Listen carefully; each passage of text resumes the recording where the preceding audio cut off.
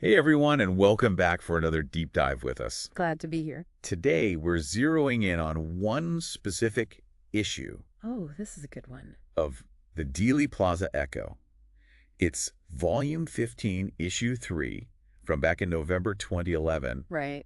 And let me tell you, it is just jam-packed with JFK assassination research. Oh, yeah. All sorts of different angles and analyses. That's fascinating. So we're going to be digging into some pretty interesting stuff. Absolutely. Ready to jump in? Let's do it. All right. So this issue, Yeah. it's kind of like a time capsule, Nice. all these different perspectives on that day in Dallas. Yeah. We've got an article that takes a look at Lyndon B. Johnson's actions. Mm-hmm. We've got someone searching for a mysterious witness, the girl on the stairs, Right. and even a deep dive into the rifle itself. Oh, yeah. And the whole Mauser confusion. Oh, don't even get me started on that one. It's a wild one. It's crazy how even all these years later, I know. there's still so much to uncover about the JFK assassination. Right. Okay, so first up, we've got this article, 20 Inexplicable Minutes in Dallas by Alaric Roseman. Okay. And he starts off with a question that I just couldn't get out of my head. Why was the autopsy for Kennedy Indecent. in Washington, D.C., Yeah. but Oswald's interrogation Yeah. happens way back in Dallas? That's a good question. And it really highlights this important legal detail. What's that? Back in 1963, Yeah. assassinating the president, Yeah. it wasn't automatically a federal crime What? Really? unless it happened on, federal property. Oh, okay. It was handled by the state. So, like, local jurisdiction. Exactly. Yeah. Most of the investigations and trials stayed local. Interesting. But here's where it gets really interesting. Rosman points out that Oswald claimed that he was just a patsy, Oh, right. which implies a bigger conspiracy, right? Yeah. And that should broaden the feds. Because a conspiracy to kill the president, I.S. a federal offense. Exactly. Okay, I'm following you. But instead of the FBI swooping in and taking over, the Dallas police just ran with this lone assassin story. Like they just ignored Oswald's claims. Pretty much. And Rosman thinks Johnson might have been the reason for that. Oh, how so? Well, he basically played what Rosman calls the conspiracy card. The conspiracy card. Right. Like Johnson pushes for that quick swearing in as president, claiming the assassination was maybe part of this huge worldwide plot, right? Oh, wow. I mean, he had Air Force One surrounded by Secret Service, snipers on the lookout. Creating that atmosphere of fear. Right. And urgency. Yeah. Total power move. Using that fear to kind of control the situation. Exactly. But then, as quickly as he raised the alarm, Yeah. it all shifts to lone assassin, just like that. It's wild how quickly that narrative changed. It is. 1 minute, it's a global conspiracy. The next, it's just Oswald acting alone. Makes you wonder about his motives, right? Right.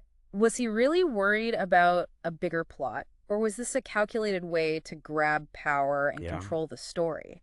And how does the autopsy location play into this? Well, Rosman suggests that by keeping everything in Dallas, Johnson could control the autopsy.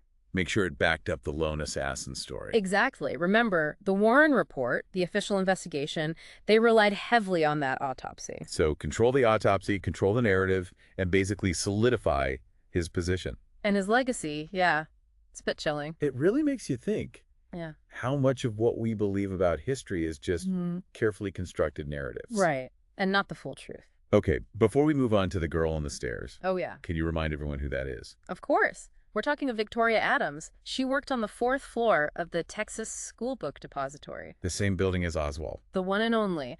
And this excerpt from Barry Ernest's book, The Girl on the Stairs, Yeah. it focuses on her testimony and how it just doesn't fit with the official story. Right, she said she ran down those stairs right after the shot. Right after. But if Oswald used the same stairs to escape, shouldn't she have seen him? That's the million-dollar question. Ernest points out this big conflict. Throws a wrench into the whole Warren report timeline. It does. So what does the Warren report say about that? Well, they claim Miss Adams got her timing wrong. Okay. They say she went down after Oswald had already left. But Ernest argues that they're just making assumptions. Totally. And they rely on this one other witness who wasn't even sure. They basically just discredit Adams's whole account. And Ernest mentions the intense pressure she was under, right? Questioned over and over by all these different authorities. Like they were trying to force a different story out of her. Yeah. Makes you wonder about the methods they were using. Right. The Warren report was supposed to be objective and thorough. Yeah. But if they were doing that to witnesses, how can we trust their commitment to the truth? Okay, let's break down her testimony. What are the main points? Well, first you have her initial confusion. Yeah, that makes sense. I mean, why is everyone suddenly so focused on her? It was chaos. Exactly. Then she gives a really detailed account of what she did and what she saw right after the shooting. And that's where it clashes with the official story. Right. And finally, there's how controlling the Warren Commission lawyers were during her testimony. Oh yeah, it's like they wanted to shape her story. More than get to the bottom of what happened. So imagine you're there with Victoria Adams. Her story sounds credible, right? Yeah. Especially with all that pressure she describes. But then you have the Warren report trying to discredit her, using flimsy evidence and unreliable witnesses. Who do you believe? Exactly. And that's why it's so important to go deeper, beyond the surface. Look at all the pieces of the puzzle. Don't just accept the official narrative. Exactly. Scrutinize the evidence, form your own conclusions. Okay, speaking of scrutinizing evidence, this next article is a doozy. Lee Harvey Oswald and the Italian Rifle Part 2, The Gun That Didn't Smoke. Ooh, this one's a good one. By Walter F. Graff and Richard R. Bartholomew. All right. Now, this one dives into a very specific detail. What's that? The rifle found at the scene. Uh-huh. They misidentified it as a Mauser. Oh, right. Over and over again. Even though it was a Mannlicher Carcano. Yeah, how do you even mix that up? It's more than a simple mix-up. What do you mean? The Mannlicher Carcano ejects its clip in a totally unique way. Someone should notice that right off the bat. It's like a basic part of the gun. Exactly. But get this.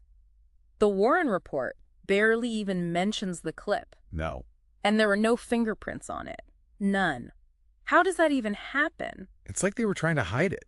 Especially since reports say it was stuck in the rifle when they found it. Adds a whole other layer of mystery. Oh. This is getting good. It is. And it makes you wonder, Hey?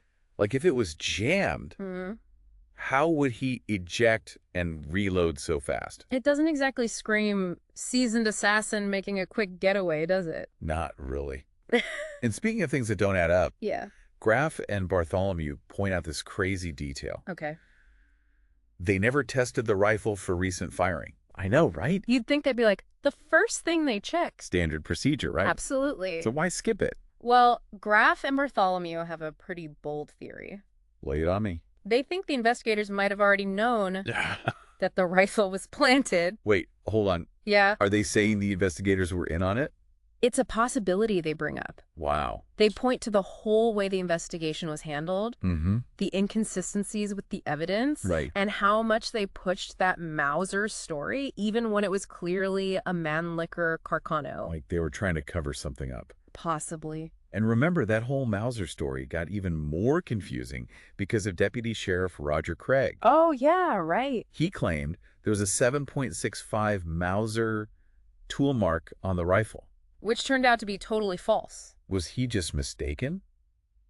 Or was there something more going on? It's tough to say for sure, Yeah.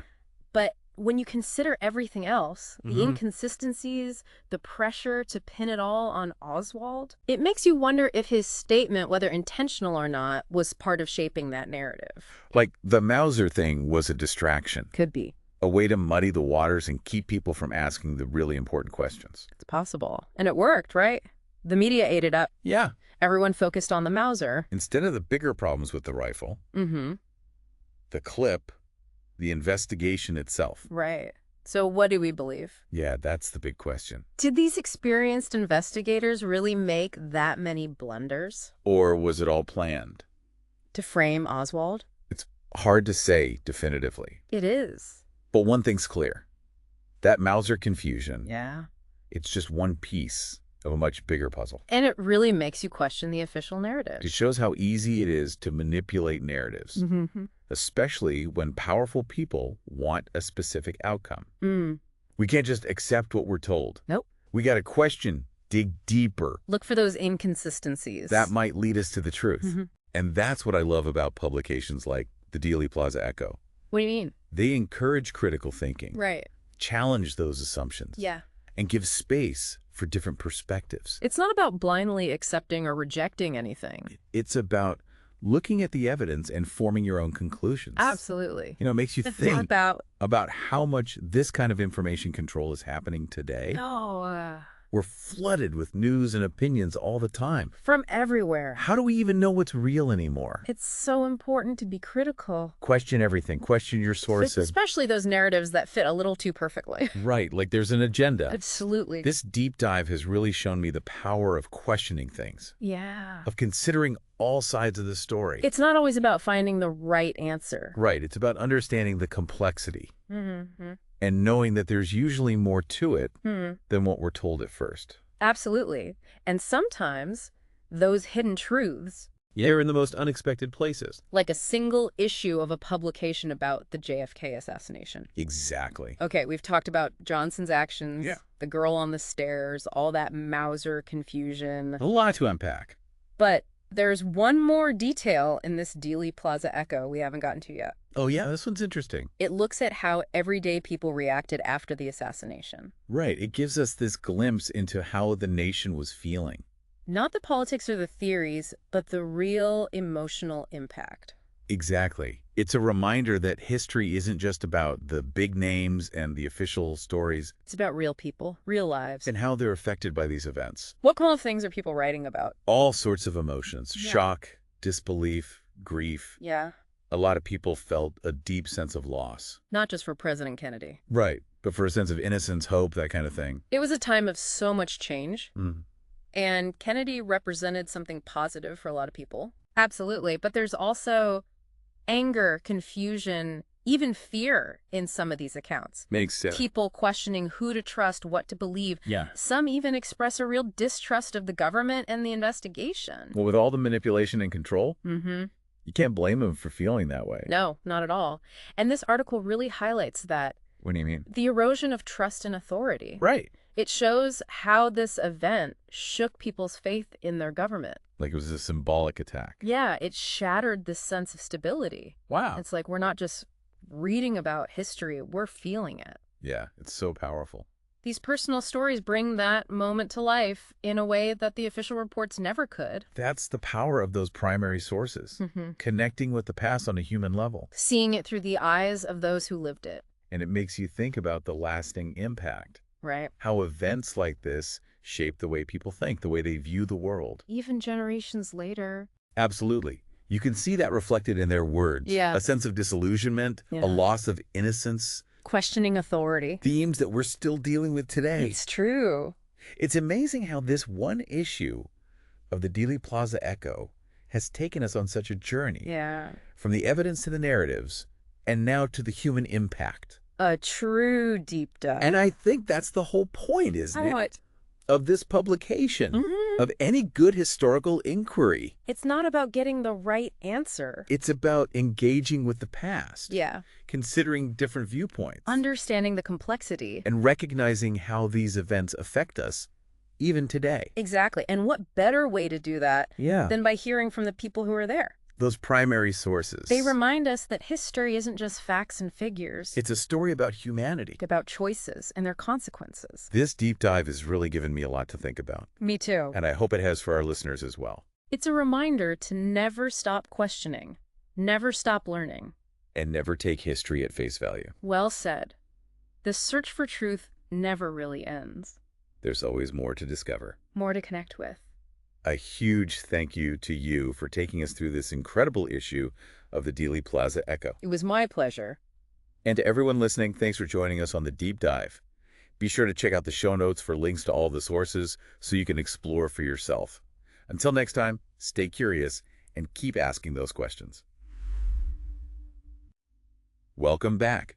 It's amazing how much this one issue of the Dealey Plaza Echo has packed in, right? I know, right? It's incredible. We've been through the evidence, the narratives, all that. But this last article, it's kind of different. Oh, yeah. It steps back from all the details of the investigation. And looks at how the public reacted to the assassination. It's called Echoes of November. Oh, interesting. Yeah, it's a collection of letters and diary entries, personal recollections from people all over the country. So it's like a glimpse into how everyday Americans experienced that day. It's got the politics or the theories, but just the raw emotion. The human impact. Yeah. It reminds us that history isn't just about the big players in the official story. Right. It's about how these events affect individuals in really profound ways. Echoes of November, huh? What kind of things are people saying?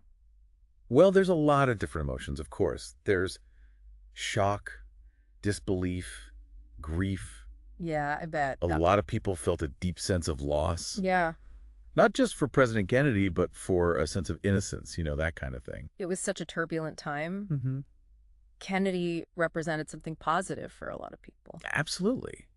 But there's also anger, confusion, fear, even in some of the accounts. Makes sense. People wondering who to trust, what to believe, what the future holds. Right. Some even express a real mistrust of the government, the investigation. Well, yeah, with all the manipulation and control, That's it's right. natural to question everything. And that's a big theme in this article, the erosion of trust in authority. It shows how deeply this event shook people's faith in their government, their institutions. It's like the assassination was more than just a physical act of violence, It was a symbolic one, too. shattering a sense of stability. Exactly. It's kind of chilling to think about. It is. It's like we're not just reading about history, we're feeling it. Yeah. These personal accounts make it so real. That's the power of those primary sources. Hmm. They let us connect with the past on a human level, Experience history through the eyes of those who lived it. right? Makes you wonder about the lasting impact of something like this, Mhm. how it shapes not just that moment. But the way people think, see the world, even generations later. We can see that in these accounts. Right.